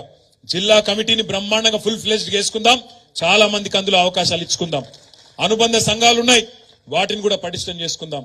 పని చేసేటోళ్ళకే పదవులు ఇద్దాం. ఎవరన్నా పని చేయం, మేము పెద్ద మనుషులు అసంటోళ్ళం అంటే మీరు పక్కకుండండి, గౌరవప్రదంగా పక్కకు జరగండి అనే మాట కూడా చెబుదాం. పక్కకు కూర్చోబెడదాం. ఎందుకంటే పోయింది అధికారం మాత్రమే, పోరాట పటిమ పోలేదు, సత్తా ఎక్కడ తగ్గలేదు, తగ్గద్దు అని కూడా నేను విజ్ఞప్తి చేస్తా ఉన్నా. మా తమ్ముళ్ళు కొంతమంది అడుగుతున్నారు, అన్నా మేము ప్రెస్ మీట్లు పెట్టానంటే మాకు అధికార ప్రతినిధి హోదా ఇయ్యాలి కదా అని అడుగుతా ఉన్నారు. తప్పకుండా కొంతమంది అధికార ప్రతినిధులు కూడా నియమించుకుందాం. మండలాల్లో, జిల్లాలో, రాష్ట్రంలో ఎప్పటికప్పుడు ప్రజా సమస్యల మీద గొంతు విప్పే అద్భుతమైన నాయకత్వం మన పార్టీలో ఉన్నది. కేసీఆర్ తయారు చేసిన సైనికులు ఒకరు కాదు. ఇలా నాకంటే అద్భుతంగా ఇక్కడ మైక్ ఇస్తే మాట్లాడగలిగిన వాళ్ళు 100 మంది ఉన్నారు. నాకు కూడా తెలుసు. ఏ ఊరికా ఊరు అట్లాంటి వాళ్ళని తయారు చేసిండు కేసీఆర్. కాబట్టి నేను అంటున్నా, ప్రజల పక్షాన రాబోయే 3, 4, 5 ఏళ్లు గట్టిగా నిలబడదాం, గట్టిగా కొట్లాడదాం. పోయింది తాత్కాలికంగా అధికారం మాత్రమే. అధికారం పోగానే బేజారయ్యేటోళ్ళు ఉంటారు, కొంత అక్కడ ఇక్కడ కింద మీద పడేటోళ్ళు ఉంటారు, ఆగమాగం అయ్యేటోళ్ళు ఉంటారు. వాళ్ళ గురించి మీరేం ఫికర్ చేయకూడదు. పోతే ఎవరైనా పోతారు, వదిలించుకుందాం, ఏం తప్పులేదు. కొత్త వాళ్ళని తయారు చేసుకుందాం, గట్టిగా నిలబడదాం. ఉన్నోళ్ళం కొంతమందిమైనా సరే గట్టిగా నిలబడదాం. ఇంకొక మాట కూడా నేను చెప్తున్నా, పార్టీ పుట్టినాడు 2001లో ప్రతి ఊర్లో వెంటనే 100 మంది ఉండేనా? లేరు. ఊరికొక్కరున్నా చాలు గట్టోడు అనుకున్నాం, బయలుదేరినాం. 14 ఏళ్లలో తెలంగాణ తెచ్చుకున్నాం. ఇలా 14 ఏళ్ల తర్వాత ప్రజలు అధికారం ఇచ్చినారు. 10 ఏళ్ళు అధికారం మనకు అవకాశం ఇచ్చిండ్రు. అక్కడక్కడ మా తమ్ముళ్ళు కూడా తప్పు మాట్లాడుతున్నారు. మాట్లాడకండి, ప్రజలను కించపరిచే విధంగా ఎవరు మాట్లాడకండి. ప్రజలను మోసం చేసిన నాయకులను చూసినాం, కానీ నాయకులను మోసం చేసిన ప్రజలను చూడలేదన్నాడు అని మాట్లాడుతున్నారు అక్కడక్కడ మా తమ్ముళ్ళు సోషల్ మీడియాలో. అట్లాంటి మాట ఎవరు మాట్లాడకండి. అదే ప్రజలు, ఏ ప్రజలైతే మొన్న మనకు అవకాశం ఇయ్యలేదో, ప్రతిపక్షంలో ఉండమని తీర్పిచ్చిండ్రో, వాళ్ళే మనకు 2 సార్లు అధికారం కూడా ఇచ్చిండ్రు. కాబట్టి ఆ రోజు వాళ్ళు చేసింది కరెక్ట్ అయితే ఈ రోజు వాళ్ళు చేసింది కూడా కరెక్టే. కాబట్టి ఎవరు కూడా పొరపాటున కూడా ఒక్క పొల్లు మాట కూడా మాట్లాడకండి. మనం ఆలోచించుకుందాం. సిరిసిల్లలో పోయిన ఎలక్షన్ లో 2018లో మనకు 90,000 మెజారిటీ వచ్చింది, 89,000 చిల్లర. ఈసారి 29,000 చిల్లర వచ్చింది. ఎందుకు తగ్గిందో ఆలోచించుకుందాం, ఎక్కడ లోపం ఉందో ఆలోచించుకుందాం, దాన్ని సవరించుకుందాం. లోపం నాలో ఉంటే నేను సవరించుకుంటా, లోపం మీలో ఉంటే మీరు కూడా సవరించుకోవాలని చెప్పి నేను విజ్ఞప్తి చేస్తా ఉన్నా. తప్పు నాది కూడా ఉండొచ్చు, నేను కూడా మనిషినే, తప్పు చేయలేదు, నేనేమి పొరపాటు చేయలేదని నేను చెప్పను. ఉంటాయి లోటుపాట్లు, పొరపాట్లు, మనిషి అన్నాక ఉంటాయి. అధికారంలో భాగంగా గత 10 ఏళ్లుగా మనం ఒకటే సింగిల్ మైండెడ్ గా పనిచేసినాం, ఒకటే ఆలోచనతో పనిచేసినాం. ఎట్టి పరిస్థితుల్లో మన రాష్ట్రం పేరు నిలబడాలి, కష్టపడి తెచ్చుకున్న రాష్ట్రం భారతదేశంలోనే టాప్ కావాలి, నెంబర్ 1 కావాలని చెప్పి బ్రహ్మాండంగా ఆనాడు అధికారంలో ఉన్నప్పుడు 10 ఏళ్ల పాటు నిర్విరామంగా పనిచేసినాం. కాబట్టి ఇవాళ దేశానికి ఇవాళ ఆదర్శంగా నిలబడ్డది మన రాష్ట్రం. ఎన్నో రంగాలలో అవార్డులు వస్తా ఉన్నాయి, ఈ రోజు కూడా వస్తా ఉన్నాయి. నిన్నగాక మన మున్సిపల్ డిపార్ట్మెంట్ కు బ్రహ్మాండమైన అవార్డులు స్వచ్ఛ సర్వేక్షణ్ లో, మళ్ళా కూడా పోయిన సంవత్సరానికి సంబంధించిన అవార్డులన్నీ మొన్ననే ఈ కొత్త ప్రభుత్వం వచ్చినాక ఇచ్చినారు. అంటే ఈ రకంగా చెప్పుకుంటూ పోతే ఎన్నో విజయాలు ఉన్నాయి. నేను మిమ్మల్ని ప్రార్థించేది, మీతో కోరేది ఒకటే, ఈ సంవత్సరం మొత్తం ఎలక్షన్లు ఉన్నాయి. ఒక వినోద్ కుమార్ గారి ఎలక్షనే కాదు, వరుసగా ఆ తర్వాత మీ ఎలక్షన్లే ఉన్నాయి. వరుసగా దీంతో అయిపోగానే, వినోదన్ ఎలక్షన్ అయిపోగానే పంచాయతీ ఎన్నిక ఉంటుంది, పంచాయతీ ఎన్నిక అయిపోగానే మున్సిపల్ ఎలక్షన్ ఉంటుంది, మధ్యలో సొసైటీ ఎలక్షన్ ఉంటుంది, జిల్లా పరిషత్ ఎలక్షన్ ఉంటుంది. నేను మీ అందరికి ఒకటే మాటిస్తా ఉన్నా, మీరు నా కోసం ఎంత కష్టపడ్డారో నాకు తెలుసు. ఒక్కొక్కరు సిరిసిల్లలో కౌన్సిలర్లు కానీ, గ్రామాల్లో సర్పంచ్లు, ఎంపీటీసీలు కానీ, జెడ్పీటీసీలు, ఎంపీపీలు కానీ, గ్రామ శాఖల అధ్యక్షులు, ఏ పదవిలో లేకపోయినా కార్యకర్తగా, నాయకుడిగా నా మీద ప్రేమతో, కేసీఆర్ మీద ప్రేమతో, ఈ గులాబీ జెండా మీద ప్రేమతో కష్టపడ్డ వాళ్ళు ఒకరిద్దరు కాదు, వేల మంది మీరు కష్టపడితేనే ఇవాళ ఇంతమంది మేము 39 మంది ఎమ్మెల్యేలు అయినాం. మాకు తెలుసు లక్షల మంది మీ కష్టం ఉంది, ఇలా 39 మందికి పదవులు వచ్చినాయంటే. అందుకే నేను మీకు ఇచ్చే మాట ఏంటంటే, రేపటి రోజున ఈ ఎన్నికల సంవత్సరంలో ఎన్నో ఎన్నికలు రాబోతున్నాయి కాబట్టి, నా ఎన్నిక అయిపోయినప్పటికీ రేపటి రోజున మీ ఎన్నికల్లో మీకంటే ఎక్కువ కష్టం నేను పడతా, మీకోసం నేను తిరుగుతా, అన్ని రకాలుగా మీకు అండగా నిలబడి మిమ్మల్ని గెలిపించుకుంటా అనే మాట కూడా నేను మీకు విజ్ఞప్తి చేస్తా ఉన్నా. ప్రజల్లో మనకేం కమ్మి లేదు, ప్రజల్లో మనకేం లోటు లేదు. అక్కడక్కడ చిన్నపాటి అలకలు, అసంతృప్తులు ఉండొచ్చు. తాత్కాలికంగా అవతలోళ్ళు పాల పొంగులాగా చూపెట్టిన కొన్ని ఆశలకు ఆశ పడచ్చు. వీళ్ళు 2 సార్లు ఇచ్చినాం కదా, వాళ్ళకు ఒక్కసారి ఇస్తేంది అనే ఒక ఆలోచన రావచ్చు. తప్పేం కాదు, అప్పుడప్పుడు జరుగుతాయి అట్లాంటివి. కానీ మనం తప్పకుండా ఈ ప్రభుత్వాన్ని వాళ్ళు ఇచ్చిన ప్రతి హామీ, రైతులకు కానీ, మహిళలకు కానీ, యువకులకు కానీ, ఉద్యోగులకు కానీ, నిరుద్యోగులకు కానీ ఇచ్చిన ప్రతి హామీని నిలబెట్టుకునే దిశగా తప్పకుండా డిమాండ్ చేయాలి. 1,57,00,000 మంది ఆడబిడ్డలకు నెలకు 2,500 రూపాయల చొప్పున ఇచ్చి తీరాలే అని చెప్పి ప్రభుత్వాన్ని నిలదీయాలి. సంవత్సరానికి 5 లక్షల మందికి ఇండ్లు ఇస్తామన్నారు, ఇందిరమ్మ ఇండ్లు తప్పకుండా ఇచ్చేదాకా ఎంబడబడాలి. 4,000 నిరుద్యోగ భృతి ఇస్తామన్నారు, ఇచ్చేదాకా ఎంబడబడాలి. బీసీ సబ్ ప్లాన్ అన్నారు, పెట్టమని చెప్పి డిమాండ్ చేయాలి. మైనారిటీ సబ్ ప్లాన్ అన్నారు, పెట్టమని చెప్పి డిమాండ్ చేయాలి. వాళ్ళు ఇచ్చిన 420 హామీలు ఏ ఒక్కటి కూడా తప్పకుండా ఆ పుస్తకాన్ని పట్టుకొని మనం గల్లీ గల్లీలో చర్చ పెట్టాలి, ప్రజలను జాగరూకులను చేయాలి. అందుకే నేను మిమ్మల్ని అందరినీ కోరేది, ఏమీ నష్టం జరగలేదు. కొద్దిగా మనకు కూడా బ్రేక్ దొరికింది అనుకోండి, కార్ సర్వీసింగ్ చేసుకుందాం, మళ్ళా రోడ్ ఎక్కుదాం, మళ్ళా తొక్కుడు దొక్కితే 100 స్పీడ్ తోని మళ్ళా తప్పకుండా అధికారంలోకి తీసుకొచ్చే నాయకత్వం, శక్తి, సత్తా మీకుంది, మనకుంది. మనం ఏం కూడా బేజారు కావాల్సిన అవసరం లేదు. ఇవాళ పార్లమెంట్ ఎన్నికల్లో ఒక్క మాట మీరు ఆలోచన చేయండి. ఇవాళ వినోద్ కుమార్ గారు మన అభ్యర్థిగా ఎట్లా పనిచేసినరో, గతంలో ఎంపీగా 2014 నుంచి 19 వరకు మీ కళ్ళ ముంగట్నే ఉంది. గత 10 ఏళ్లుగా కేంద్రంలో మోడీ గారి ప్రభుత్వమే ఉన్నది. ఈ 10 ఏళ్లలో 2 ఎంపీలుగా పనిచేసినారు మన కరీంనగర్ నియోజకవర్గానికి. మొదటి 5 ఏళ్లు వినోద్ కుమార్ గారు 2014 నుంచి 19 దాకా పనిచేసినారు. 19 నుంచి 24 వరకు మన ఎంపీ బండి సంజయ్ గారు పనిచేసినారు. వీళ్ళిద్దరి పనితీరు ఎట్లుందో ఒక్కసారి మీరే బేరీ చేసుకోవాలని చెప్పి నేను కోరుతా ఉన్నా. వినోద్ కుమార్ గారు ఎంపీగా ఉన్నప్పుడు పార్లమెంటులో 110 చర్చల్లో పాల్గొన్నాడు. 550 ప్రశ్నలు మన తెలంగాణ తరపున, మన కరీంనగర్ తరపున, మనందరి తరపున గొంతు విప్పి బలంగా అక్కడ కేంద్ర ప్రభుత్వాన్ని ప్రశ్నించిండు. 10 ప్రైవేట్ మెంబర్ బిల్లులు పెట్టిండు వినోద్ కుమార్ గారు. మరి అదే బండి సంజయ్ గారు, ఆయన 5 ఏళ్లలో ఎంపీగా ఒక్క పార్లమెంట్ చర్చలో పాల్గొనలేదు. వినోదన్న 550 ప్రశ్నలు అడిగితే ఆయన 50 ప్రశ్నలు అడిగిండు. వినోదన్న 10 ప్రైవేట్ మెంబర్ బిల్లులు పెడితే ఆయన పెట్టింది గుండు 0. అసలు బండి సంజయ్ కుమార్ గారు కనీసం ఇంతవరకు ముఖం చూపెట్టని గ్రామాలు కాదు మండలాలు కూడా ఎన్నో ఉన్నాయి. చాలా మండలాలకు కూడా కనీసం రాలే. ఈర్నపల్లికి వచ్చిండో లేదో నాకు తెలియదు, గంభీరాపేటకు వచ్చిండా డౌటే. ఎక్కడ కూడా మొత్తం కరీంనగర్ పార్లమెంట్ ఎక్కడ కూడా పోగా నేను ఇంకొక మాట కూడా మిమ్మల్ని అడుగుతున్నా, ఏమన్నా ఒక్క మంచి పని చేసిండా మన పార్లమెంట్ నియోజకవర్గానికి? కనీసం ప్రజలకు పనికొచ్చే ఒక్క మంచి పని, ఒక గుడి తెచ్చిండా కొత్తగా, లేదా ఉన్న గుడికి పైసలు తెచ్చిండా? వెమ్లవాడ రాజన్ ఉంటాడు ఇక్కడనే, కొండగట్టు అంజన్ ఉన్నాడు, ఇల్లందకుంటల రాముల వారు ఉన్నాడు, ఒక్క పైస తెచ్చిండా వాళ్ళకు? తెల్లారు లేస్తే ఈ రోజు ఏం వారం, ఈ రోజు ఏం దేవుడు అంటాడు, కానీ ఒక్క పైస నరేంద్ర మోడీ దగ్గర ఇంత పతార ఉంటే, పలుకుబడి ఉంటే ఒక్క పైస తెచ్చిండా గుడికి? ఏ గుడికి ఒక్క పైస తేలే. దాంతో పాటు ఒక బడి తెచ్చిండా? పోని నవోదయ పాఠశాలలు ఇవ్వాలి. కొత్త జిల్లాలు ఏర్పడితే మన సిరిసిల్లకు కూడా నవోదయ పాఠశాల ఇచ్చేది ఉండే, ఇచ్చిండా? తెచ్చిండా? తేలే. ఆఖరికి కేసీఆర్ గారు ఆనాడు పార్లమెంట్ సభ్యుడిగా ఉన్నప్పుడు రైలు మంజూరు చేయించిండు హైదరాబాద్ నుంచి కరీంనగర్ కు, వయా సిద్దిపేట, సిరిసిల్ల, వేములవాడ మీదకెళ్లి, బోయిన్పల్లి మీదకెళ్లి కరీంనగర్ కు పోయేందుకు రైలు మంజూరు చేయించిండు 2005-6లో.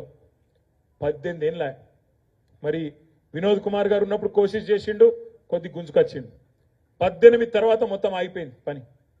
ఎందుకంటే పట్టించుకోలేదు. ఇప్పుడున్న ఎంపీ గారు సిరిసిల్ల, వేములవాడ, బోయిన్పల్లి, చొప్పదండి మీదకెళ్లి కరీంనగర్ పోయే రైలును ఎన్నడూ పట్టించుకోలేదు.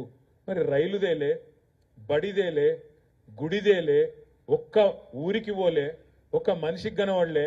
ఆయనకుండే ఎంపీ ల్యాడ్స్ ఉంటాయి 5 కోట్లు ఎంతో ఉంటాయి. 5 కోట్ల 10 కోట్లు, ఇప్పుడు 5 కోట్లు. ఎక్కడైనా 5 పైసలు పెట్టిండో లేదో సిరిసిల్లలో నాకే తెరకలేదు. ఒక్క ప్రభుత్వ కార్యక్రమంలో పాల్గొనలేకపోయిన 5 ఏళ్లలో, ఒక్కటంటే ఒక్క జాగల. నేను పిలిచిన ఒకసారి అకీంపేటలో కలిసిండే, రాష్ట్రపతి గారిని ఆహ్వానించే టైంలో కలిసి చెప్పిన, ఎంపీ సాబ్ దొరుకుతలేవు, జర రా, అప్పుడప్పుడు అధికారిక కార్యక్రమాల్లో రా అని చెప్పిన. ఎన్నడూ కనవడలే. మరి ఎందుకు నామోషో ఏందో తెలియదు, కానీ ఎన్నడూ కూడా కనబడలే. కానీ తెల్లారు లేస్తే మాత్రం కేసీఆర్ని తిట్టడంలో మాత్రం ఫస్ట్. నేను అడుగుతున్నా, కేసీఆర్ని తిట్టుడు తప్ప, నోటికొచ్చిన మాటలు మాట్లాడుడు తప్ప, అమిత్ షా చెప్పులు మోసుడు తప్ప నువ్వు చేసిన పనేంది 5 ఏళ్లలో ఎంపీగా? ఒకసారి చెప్పి మళ్ళీ ఒక్కసారి ఓట్లు అడగాలని చెప్పి నేను కోరుతా ఉన్నా. మాట్లాడుతూ ఆయన అంటూ, నేను మొన్న కరీంనగర్లో మాట్లాడినా, మేము ధర్మం కోసం పనిచేసే వాళ్ళం, మమ్మల్ని అంటావా కేటీఆర్, నీకు అహంకారం ఎక్కువ అని తిట్టిండు. అరే ధర్మం కోసం పనిచేసేది ఉంటే మఠం పెట్టుకోవాలి భయ్, మఠం పెట్టుకోవాలి, ఆశ్రమం పెట్టుకోవాలి, పని చేయాలి. నేను అద్దంటలేను, నువ్వు మంచోనివే, నేను కాదంటలేను, పని చేయి కాదంటలేను. కానీ పార్లమెంటు మెంబర్గా ఉన్నప్పుడు, ప్రజాప్రతినిధిగా ఉన్నప్పుడు ప్రజలకు కావాల్సిన పనులు చేయాలనా వద్దా? ప్రజల హక్కులు, ప్రజల సమస్యలు ప్రస్తావించాలనా లేదా పార్లమెంట్లో? అమేమీ చేయకుండా నేను ఓన్లీ దేవుని కోసం పనిచేస్తా అంటే, దేవుని కోసం పనిచేసే వాళ్ళు కాశీలా, అక్కడ ఇక్కడ పెద్ద మనుషులు, చాలా మంది గొప్ప వాళ్ళు, జీవితాన్ని అంకితం చేసిన వాళ్ళు ఉన్నారు. నువ్వు అట్లా ఓదలుచుకుంటే పో, నాకేం అభ్యంతరం లేదు. కానీ కరీంనగర్ పార్లమెంటులో నీకు ఓటు అడిగే హక్కు లేదు అనే మాట మాత్రం ఖచ్చితంగా బండి సంజయ్ గారికి చెప్పవలసిన బాధ్యత మనందరి మీద ఉన్నది. మీరు చూడండి, ఇక్కడ మా సిరిసిల్ల నేతన్నలు ఉన్నారు, ఇవాళ వారం 10 రోజులుగా ఆగమాగం అవుతా ఉన్నారు. ఇవాళ సమ్మె చేసే పరిస్థితి వచ్చింది. మెగా పవర్ లూమ్ క్లస్టర్ కావాలి సిరిసిల్లకు అని చెప్పి నేను, వినోద్ గారు ఆనాడు ప్లానింగ్ బోర్డు అధ్యక్షుడిగా 8 సార్లు పోయినాం, 10 సార్లు పోయినాం కేంద్రంలో ఉండే ప్రభుత్వం దగ్గరికి. మరి ఈయన బీజేపీ ఎంపీ అయ్యుండి, బీజేపీ రాష్ట్ర అధ్యక్షుడు అయ్యుండి, కనీసం మన సిరిసిల్ల నేతన్న కోసమో, జమ్మికుంటలో ఉండే నేతన్న కోసమో ఒక్క పథకం తెచ్చిండా? ఆలోచించమని చెప్పి నేను కోరుతా ఉన్నా.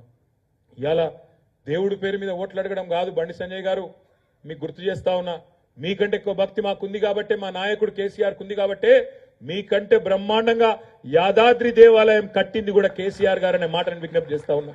మా గంగుల కమలాకర్ గారు, మా వినోద్ కుమార్ గారు ఇద్దరు కష్టపడి కరీంనగర్ లో తిరుమల తిరుపతి దేవస్థానం వారిని ఒప్పించి 10 ఎకరాల భూమిని కేసీఆర్ గారికి చెప్పి ఇప్పించి 25 కోట్ల రూపాయలతో వెంకటేశ్వర స్వామి గుడి కడుతున్నది కూడా మేము అనే మాట కూడా నేను మీకు విజ్ఞప్తి చేస్తా ఉన్నా. ఇవాళ ఏదో మాకంటే ఎక్కువ ఏదో చేసినట్టు, దేవుడి కోసం నువ్వు ఒక్కడివే ఉన్నట్టు, నువ్వు రాకముందు మాకు బొట్టు తెలియదు, కట్టు తెలియదు, దేవుడు తెలియదు, గుడి తెలియదు అన్నట్టు ఇవాళ నువ్వు ఏదైతే మాటలు మాట్లాడుతున్నావో, బండి సంజయ్ గారికి నేను చేసే విజ్ఞప్తి, మీరు అంతగానం నిజంగానే ధర్మం కోసం పనిచేయదలుచుకుంటే మీరు రాజకీయం బంద్ చేసి బ్రహ్మాండంగా పనిచేసుకోండి, మాకు అభ్యంతరం లేదు. కానీ కరీంనగర్ ఎంపీగా మీరు విఫలమైనరు.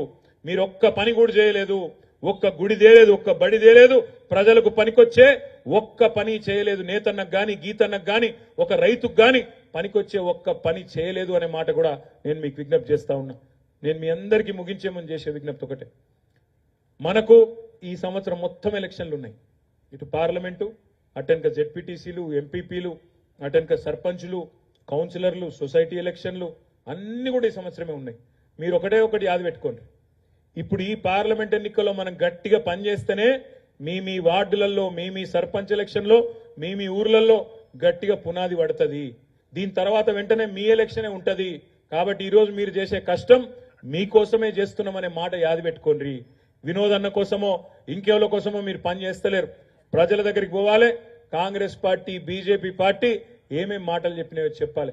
ఇంకొక మాట మాత్రం చెప్పి నేను ముగిస్తాను. నిన్న మొన్నటి దాకా కాంగ్రెస్లు బాగా ఎగురుతుండే. ఏమన్నారు వాళ్ళు? కేంద్రంలో మోడీ ఒక దిక్కున్నాడు, ఎన్డీఏ కూటమి ఒక దిక్కుంది, ఇంకో దిక్కు ఇండియా కూటమి ఉన్నది. మీరు అటో ఇటో ఉండాలి. ఇండియా కూటమిలో మీరు లేకపోతే మీరు బీజేపీతో ఉన్నట్టే లెక్క అని నోటుకొచ్చినట్టు మాట్లాడింది. వీళ్ళు ఎవరు మిగిలిరు మరి ఇండియా కూటమిలో? నిన్న మొన్న మీరు చూసిండ్రు, మమతా బెనర్జీ వెళ్ళిపోయింది. నేను వీళ్ళతో ఉండా, ఈ రాహుల్ గాంధీతో, కాంగ్రెస్ పార్టీతో ఉండా, వీళ్ళ అహంకారాన్ని నేను భరించలేను, నేను సొంతంగానే పోటీ చేస్తా అని చెప్పి ఆమె తన దారి తను చూసుకున్నది. అరవింద్ కేజ్రీవాల్ గారు ఢిల్లీలో ఆయన వెళ్ళిపోయిండు. పంజాబ్లో భగవంత్ సింగ్ మాన్ గారు ముఖ్యమంత్రి, ఆయన కూడా వెళ్ళిపోయిండు. నేను వీళ్ళతో నాతో కలిసి పనిచేసుడు కాదు, నా ఇచ్చ నేను కొట్లాడుకుంటా, నా పార్టీకి నేను కొట్లాడుకుంటా, నేను ఒంటరిగానే కొట్లాడతా అని ఆయన వెళ్ళిపోయిండు. కేరళలో సిపిఎం పినరాయి విజయన్ గారు ముఖ్యమంత్రి, ఆయన కూడా నా దారి నేను చూసుకుంటా, ఈ కాంగ్రెస్ అహంకారం నాతో అయితలేదు, వశపడతలేదు అని ఆయన వెళ్ళిపోయిండు. బీహార్లో ఇప్పుడే మీరు చూసుంటారు వార్త, నితీష్ కుమార్ గారు ఇండియా కూటమి విడిచిపెట్టి ఎన్డీఏ కూటమిలో ఆయన వెళ్ళిపోయిండు. మరి ఇక మిగిలిందేవాళ్ళు? ఓదికు రాహుల్ గాంధీ గారేమో భారత్ జోడో అంటున్నాడు, దేశమంతానేమో కాంగ్రెస్ చూడో అని చెప్పి ఎక్కడో అక్కడ వెళ్ళిపోతున్నారు. అందుకే నేను మీకు విజ్ఞప్తి చేసేది, బీజేపీని ఆపాలంటే, బీజేపీని నిలువరించాలంటే, బీజేపీకి చెక్కు పెట్టాలి అంటే ఇక్కడ ఉన్న మా మిత్రులందరూ నేను కోరేది ఒకటే, ఇవాళ కాంగ్రెస్ పార్టీతో సాధ్యం కాదు. కాంగ్రెస్ పార్టీలో ఆ శక్తి లేదు. బీజేపీని ఆపే సత్తా గాని శక్తి గాని వాళ్ళకు లేదు. అందుకే నేను కోరేది మిమ్మల్ని, ప్రాంతీయ నాయకులు ఎవరైతే బలమైన నాయకులు ఉన్నారో, కేసీఆర్ గాని, మమతా బెనర్జీ గాని, ఇవాళ అదే విధంగా అరవింద్ కేజ్రీవాల్ గాని, పినరాయి విజయన్ గాని, ఇట్లాంటి నాయకులకు ఓట్లేస్తేనే బీజేపీని ఆపగలుగుతాం తప్ప లేకపోతే ఆపే పరిస్థితి లేదు. ఇక్కడ ఉండే మన సిరిసిల్లలో, కరీంనగర్ పార్లమెంట్ లో ఉండే లెఫ్ట్ మేధావులతో నేను కొడతా ఉన్నా, వామపక్ష సంస్థల్లో గతంలో పనిచేసిన మిత్రులను కూడా నేను కొడతా ఉన్నా. ఇవాళ బీజేపీని ఆపాలి అంటే కాంగ్రెస్ లో ఆ ధైర్యము లేదు, ఆ దమ్ము లేదు, ఆ సత్తా లేదు, ఆ తెగింపు కూడా కాంగ్రెస్ పార్టీకి లేదు. అయినా మీరు ఇంకొక మాట కూడా గమనించాలా, ఇవాళ బీజేపీ వ్యతిరేకులుగా ఉన్న మిత్రులు కాంగ్రెస్ బీజేపీ కూడబలుక్కొని మాట్లాడుతున్నాయి, కూడబలుక్కొని ఒకటైతా ఉన్నాయి. గమనించండి, మొన్న శాసన మండలి 2 స్థానాలు ఖాళీ అయినాయి. కడియం శ్రీహరి గారు, కౌశిక్ రెడ్డి గారు, ఇద్దరు ఎమ్మెల్సీలు ఎమ్మెల్యేలు అయినరు, ఎలక్షన్లు నిలబడి ఇద్దరు రాజీనామా చేసిరు. ఇద్దరు కూడా ఎమ్మెల్యేల ద్వారా ఎన్నుకోబడ్డ ఎమ్మెల్సీలు, ఇద్దరు రాజీనామా పెట్టినరు, సంతకం ఇచ్చిండ్రు. ఒకటేసారి రాజీనామా చేసిండ్రు, ఒకటే నిమిషంలో. ఒకటేసారి ఇద్దరి రాజీనామా విషయం బులెటిన్ ద్వారా ఎలక్షన్ కమిషన్ కు మన అసెంబ్లీ వాళ్ళు చెప్పిండ్రు. ఇద్దరి స్థానాలు ఒకటేసారి ఖాళీ అయినప్పుడు ఉప ఎన్నిక కూడా ఒకటేసారి పెట్టన్నా వద్దా? పెట్టాలనా? ఇద్దరు కేటగిరీ సేమ్, ఇద్దరు ఎమ్మెల్యేల ద్వారా ఎన్నుకోబడ్డ వాళ్ళే, ఇద్దరు ఒకటేసారి రాజీనామా చేసిండ్రు. ఇద్దరు రాజీనామా చేసిన విషయం కూడా ఒకటే కామన్ బులెటిన్ లో కేంద్రంలో ఉండే ఎలక్షన్ కమిషన్ కు మన అసెంబ్లీ వాళ్ళు చెప్పిండ్రు. కానీ ఏం జరిగిందో ఎరికేనా? రేవంత్ రెడ్డి గారు పోయినరు, అమిత్ షా గారిని కలిసిండ్రు, పుష్పగుచ్చం ఇచ్చిండ్రు. గంట తర్వాత ఎలక్షన్ కమిషన్ నుంచి ఆ 2 ఎమ్మెల్సీ స్థానాలకు 2 అలగలగ సార్లు ఎన్నికలు పెట్టాలి, ఒకటేసారి పెట్టద్దు అని ఆర్డర్ వచ్చింది. ఒకటేసారి పెడితే ఏమైతుండే? చెరొకటి వస్తుండే కాంగ్రెస్ కు, బీఆర్ఎస్ కు. కానీ 2 అలగలగ పెడితే ఏమైంది? 2 కాంగ్రెస్ కే పోయినాయి. ఇవాళ ఇది పరిస్థితి. కాంగ్రెస్ బీజేపీ అండర్స్టాండింగ్ ఎంత దృఢంగా ఉందో వాళ్ళ ఫెవికాల్ బంధం, దాన్ని బట్టే మీరు చెప్పచ్చు. నిన్న మీరు చూసిండ్రు, మనం ప్రొఫెసర్ దాసోజు శ్రవణ్ గారు తెలంగాణ ఉద్యమంలో పనిచేసిన మరి మిత్రుడు, మీ అందరికీ సుపరిచితుడు, టీవీలలో చూసే ఉంటారు శ్రవణ్ గారిని. గట్టిగా మాట్లాడతాడు, ఒక ప్రొఫెసరు, చదువుకున్న ఆయన, మంచి వ్యక్తి. సోదరుడు కె సత్యనారాయణ గారు మాజీ ఎమ్మెల్యే, ఎరుకల సామాజిక వర్గానికి సంబంధించి మంచి సంఘ సేవ కూడా చేస్తూ ఉంటారు, సంగారెడ్డి మాజీ ఎమ్మెల్యే. ఇద్దరి పేర్లు మనం 4 నెలల కిందట కేబినెట్ లో తీర్మానం చేసి మన ప్రభుత్వం ఉన్నప్పుడు గవర్నర్ గారికి పంపించినాం. అమ్మ గవర్నర్ గారు, ఇద్దరు మంచి వ్యక్తులను ప్రతిపాదిస్తున్నాం, మీ కోటాలో ఎమ్మెల్సీ చేయమని రిక్వెస్ట్ చేసినాం. ఆమె ఏమని రిజెక్ట్ చేసింది తెలుసా? రిజెక్ట్ చేసింది. ఏమని? వీళ్ళిద్దరికి రాజకీయ నేపథ్యం ఉన్నది, రాజకీయ సంబంధం ఉన్నది కాబట్టి నేను ఇద్దరిని తిరస్కరిస్తున్నా అని పంపించింది. మరి నిన్న కోదండరామ్ గారు ఒక రాజకీయ పార్టీ అధ్యక్షుడు, ఆయన రాజకీయ పార్టీ కార్యకర్త కాదు, నాయకుడు కాదు, తెలంగాణ జనసమితి అనే రాజకీయ పార్టీ అధ్యక్షుడు. ఆయన పేరు వంపంగానే రేవంత్ రెడ్డి గారు, గవర్నర్ గారు కళ్ళు మూసుకొని సంతకం పెట్టింది. మరి ఎవరు ఎవరితో కలుస్తున్నారు, ఎవరు ఎవరితో అంటగాగుతున్నారు, ప్రజలు ఆలోచన చేయాలి. పోయినసారి కూడా కరీంనగర్ లో ఏం జరిగింది, కరీంనగర్ పార్లమెంట్ ఎన్నికల్లో ఆనాడు మ్యాచ్ ఫిక్సింగ్ అయింది కాంగ్రెస్ కు బీజేపీకి. ఆ రోజు కూడా కాంగ్రెస్ ఓట్లన్నీ బీజేపీకి తబాదాలు చేసేటట్టు ఒప్పందం కుదుర్చుకున్నారు. ఇవాళ 4 ఎమ్మెల్సీ సీట్లేమో కాంగ్రెస్ కు వచ్చేటట్టు బీజేపీ వాళ్ళు సహకరిస్తారు. ఇక్కడ 4 ఎంపీ సీట్లలో డమ్మీ అభ్యర్థులను కాంగ్రెస్ వాళ్ళని పెట్టి కరీంనగర్, నిజామాబాద్, ఆదిలాబాద్, సికింద్రాబాద్ లాంటి ప్లేసుల్లో డమ్మీ కాంగ్రెస్ వాళ్ళని పెట్టి ఆ ఓట్లన్నీ బీజేపీకి మళ్ళించేటట్టు ఇక్కడ ఒప్పందాలు జరుగుతాయి, లోపాకారి ఒప్పందాలు. అందుకే అప్రమత్తంగా ఉండాలి. పోయినసారి జరిగిన మోసం 2019లో ఈసారి జరగవద్దు అంటే గల్లీ గల్లీలో, గ్రామ గ్రామంలో, ప్రతి డివిజన్ లో, ప్రతి బస్తీలో చర్చ పెట్టాలి. వీళ్ళిద్దరు ఏ రకమైన అనైతిక పరమైన లోపాయకారి ఒప్పందం పెట్టుకున్నారో తప్పకుండా ప్రజలకు విడమర్చి చెప్పాలని చెప్పి కూడా నేను మిమ్మల్ని కోరుతున్నా. నాకు తెలుసు మీకు ఆకలి అవుతుంది, మీ ముఖాలు చూస్తుంటే అర్థమవుతుంది. కాబట్టి ఇంతకంటే ఎక్కువ మీకు ఓపిక పెట్టను, ఓపికకు పరీక్ష పెట్టను. తర్వాత కాంగ్రెస్ పార్టీ యొక్క 420 హామీల పుస్తకాలన్నీ తెప్పించిన మీ అందరికీ డైనింగ్ హాల్ కార్డు ఉన్నాయి. డైనింగ్ హాల్ కార్డుకి పోదాం. ఒక 5 నిమిషాలు ఆగుండ్రి, 5 నిమిషాలు ఆగురి. ఎందుకంటే వినోదన్న మాట్లాడాలి. వినోదన్న మాట్లాడిన తర్వాత ఇంకొక పని చేద్దాం. మండలాల వారీగా మీ సూచనలు, మీ సలహాలు కూడా తీసుకోవాలి. మండలాల వారీగా పైన కూర్చుందాం. ఎందుకంటే ఇంత మందిలో కూర్చున్న దానికంటే ఒక్కొక్క మండలం సమస్యలు ఏ మండలానికి ఆ మండలం ప్రత్యేకంగా ఉంటాయి, ఏ పట్టణం సమస్యలు ఆ పట్టణానికి ఉంటాయి. కాబట్టి మొదలు సిరిసిల్ల పట్టణంతో మొదలు పెట్టుకుందాం. అన్ని మండలాల వారీగా పైన కూర్చొని మంచిగా బ్రహ్మాండంగా మీతో ఒక 4-5 గంటల పాటు టైం